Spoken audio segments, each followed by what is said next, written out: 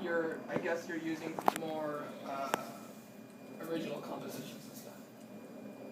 Right? We have a score being written, like similar to Bioshock 1, is we have both a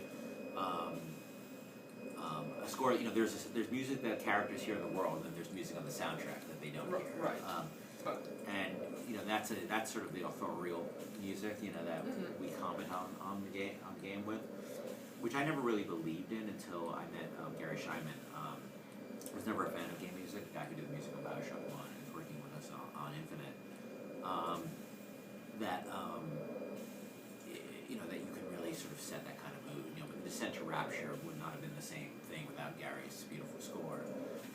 But you know, my job, you know, one of my favorite parts of my job is choosing these sort of licensed music as well.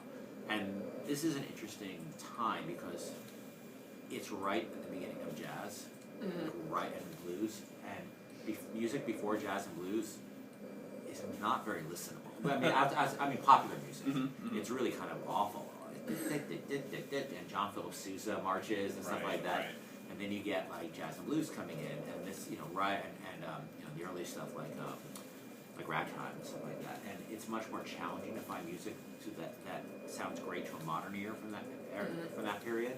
Where in the last game it's 1959, so you know you've got this huge slate of music to choose from. But here you just have very early, you know, the kind of chord progressions that we're used to now, that we like now, all come from, you know, from jazz and blues originally.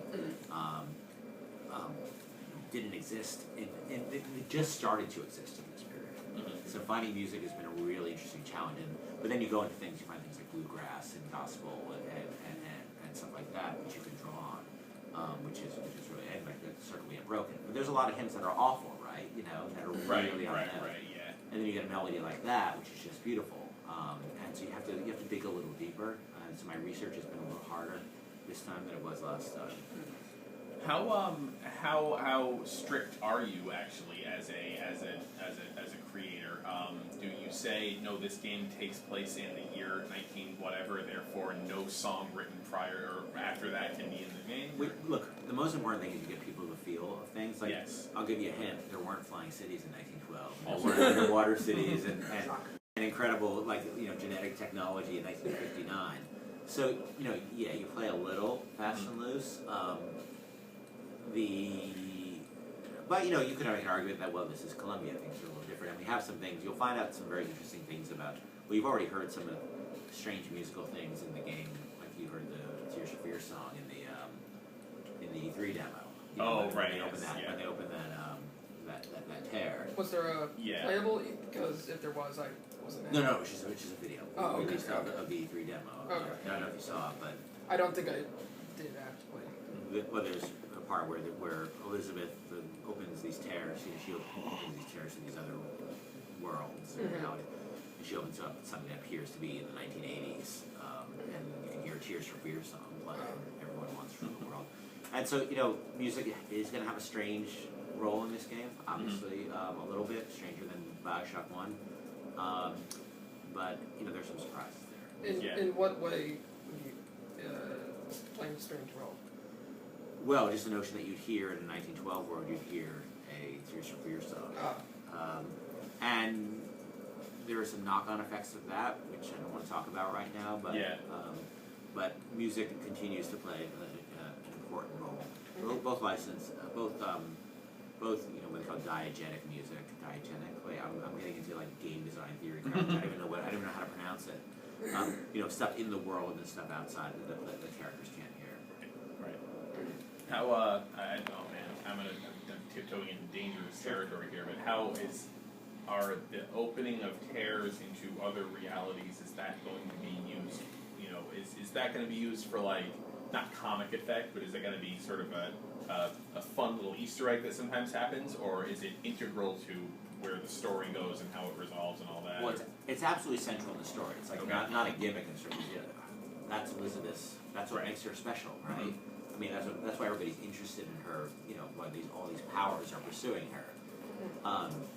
Because she can do this thing, you know, open these tears.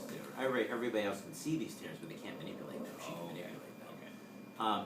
So it's not gimmicky, but in the sense that you can have a little fun with it, you know, absolutely. right. You know, that moment, you know, having the Revenge of the Jedi, thing, you know, certainly I think it was a storytelling device. It told you a little bit, it told you what she was doing in a lot of ways. It told you that it wasn't just a time travel thing, you know, it's you know, that there was no Revenge of the Jedi, you know, Right. we Yeah, know. there's a lot packed into that little Yeah. 2-second clip. Especially for like a nerdy guy, like, you know, you were me, like looking at it and Yeah. going, well, that tells me a lot of information. And figuring that out was a real challenge. Like I knew I wanted to get that message across, and I struggled to figure out how to get that message across. And that was the way. But those are going to be a major element of the game, both in the gameplay Yeah. and in the story. It's the heart of the game in a lot of ways. That this world has this strange thing going on. Right. In the same way that, you know, genetic technology was sort of a driving factor for genetic technology mixed with, you know, objectivism was a driving factor for Bioshock Right. 1. Yes. You know, this physics notion of physics, this quantum, you know, mechanics issue, and sort of the philosophies of the city sort of makes to create very interesting stuff going on. So, Bioshock, of course, kind of subverted linear game design with that whole Andrew Ryan thing. Is there anything in Infinite that kind of tries to play with the conventional wisdom of game design in the same way? Or I think that there's always, you know, it's interesting when you get into meta spaces like that, right? And there's, you know, commenting on games and using, in that case, use the limitation of a game, you know, of the game to sort of talk about the limitation and sort of shine a light on it. Because look, we do a lot of things as gamers. We do a lot of math in our heads about games that sort of forgive a lot of things. You know, look, and generally in games, in first-person shooters, you're playing a crazy sociopath running around murdering. Yet you're a hero, right? You know, like how many people does Commander Shepard kill? I mean, he literally kills. I mean, how many people does Booker DeWitt kill? A lot. And yet you want to deal with him in some human way. So gamers do a bit of math in their heads, right? Right. And they allow for something. You know, the whole notion of freedom and quest structure. We do a lot of math, and we do a lot of math, and we accept a lot of things. And when you shine a light on it, it can be disconcerting, I think, for people, because you're not just shining a light on the story; you're shining a light on their experience as a gamer. And going back to System Shock 2, when I don't know if you played that back in the day. yeah. You know, when we revealed that Polito was Shodan, that notion that, and that was very early in games in terms of like messing with players that way. You know, that it wasn't an insult to the game, to the character, it was an insult to the gamer. Like, what you thought you had was not real, and we were, you know, you made all these assumptions that turned out to be wrong. So I think it's an interesting thing, and I think you have to continue to evolve it. You know, if you do something like that, you have to continue to evolve. So that's what I'll say. Like, if you do something like that, you have to evolve the notion, so you're not just sort of, you know, doing the same thing again. Right. Especially if you have a lot of players going, all right, they're going to try to trick me somehow. I got to figure out who's who and who isn't who. And you have the audience expectations, and so you can't just write the story assuming that people don't have expectations. You have to work with those expectations and sort of think about those expectations. Okay. I hate to do this, but we have to wrap up. Okay.